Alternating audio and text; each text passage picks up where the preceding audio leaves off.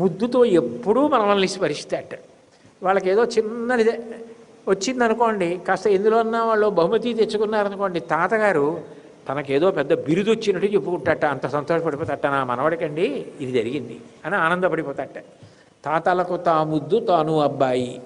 మరి మేనమామ గారు కదూ, అందుకని ఈయన ఏం చేస్తాడంటే, మేనల్లుడిని సంతోషపెట్టాలంటే, మేనల్లుడు చిన్నపిల్లాడిని సంతోషపెట్టాలంటే ఏం చేయాలి?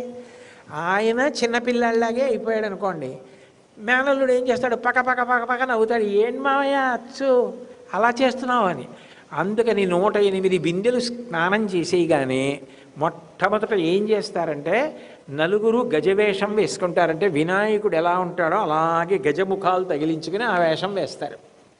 ఇప్పటికీ ఆ వేషంతో కనపడతారు. అంటే వినాయకుడు చూసి, అదేంటి మావయ్య నువ్వు పెద్ద మావయ్య అందరూ ఇలా నా వేషం కట్టారని పక్క పక్క పక్క పక్క నవ్వి సంతోషించాలి. అంతేకాదు, ఆ వినాయకుడు ఎవరో కాదు, నేను కానిది లేదు, సమస్తము నేనే అని చెప్పడానికి వినాయక వేషం ధరిస్తాడు. వినాయకుడు ఎప్పుడైనా చాలా సంతోషపడిపోయాడు అనుకోండి, నృత్యం చేస్తాడు. అంటే సాధారణంగా నృత్యం చేసేవాళ్ళు ఎలా ఉండాలి? కాస్త ఏదో సన్నగా సౌందర్యవంతంగా ఉంటే నృత్యం చెయ్యగలరు. బాగా లావుగా ఉండి పెద్ద పొట్ట ఉండి కొంచెం పొట్టిగా ఉన్న వాళ్ళు నృత్యం చేయడానికి వచ్చారనుకోండి, చూడగానే అదేమిటంటే ఆయన నృత్యం చేయడం ఏమిటి అనుకుంటాం. విఘ్నేశ్వరుడు నృత్యం చేస్తే, అంటే ఆయన ఎందుకు నృత్యం చేస్తాడంటే, నృత్య గణపతి అని ఉంటుంది స్వరూపం.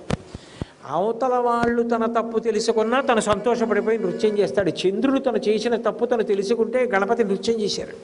అంత విశాల హృదయుడు విఘ్నేశ్వరుడు. తాను చాలా సంతోషపడిపోయాడు అనుకోండి, నృత్యం చేస్తాడు. మా మేనమామ కలియుగంలో అందరినీ ఉద్ధరించడానికి కరచరణాదులు లేకపోయినా మూర్తిలో ప్రవేశించి వచ్చి కూర్చున్నాడు. గోపికలు ఆర్తి పొందినట్టు ఒక్కసారి దర్శనం చెయ్యాలని ప్రేమ కలిగి వస్తే చాలు మా మామయ్య ఉద్ధరిస్తాడు.